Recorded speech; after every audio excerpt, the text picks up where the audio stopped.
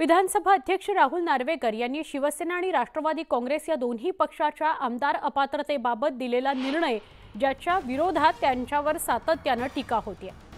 न्यायालयामध्ये जाणं हे प्रत्येक व्यक्तीचा अधिकार आहे। न्यायालयामध्ये गेल्याने माझा निर्णय चुकीचा आहे असं होत नाही असंही त्यांनी ठणकावलं। हा निर्णय कायदेशीर असून माझ्या समोर आलेल्या पुराव्याच्या आधाराने दिला असल्याचं राहुल नार्वेकर यांनी स्पष्ट केलं।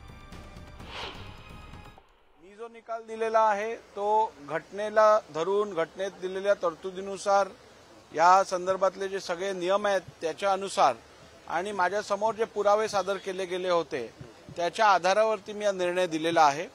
हा निर्णय अत्यंत शाश्वत आहे। यात निर्णय देण्यापाठची कारणं आणि वस्तुस्थिती या संदर्भात माझ्या निर्णयात पूर्ण त्याचा उल्लेख केला गेला आहे। त्यामुळे माझ्या मते हा लीगली टेनेबल आणि जस्टिफाईड निर्णय आहे आणि मला वाटत नाही याच्यात कुठच्याही प्रकारची घटनाबाह्य अथवा नियमबाह्य किंवा कुठच्याही प्रकारची इल्लिगॅलिटी या निर्णयात दिसते।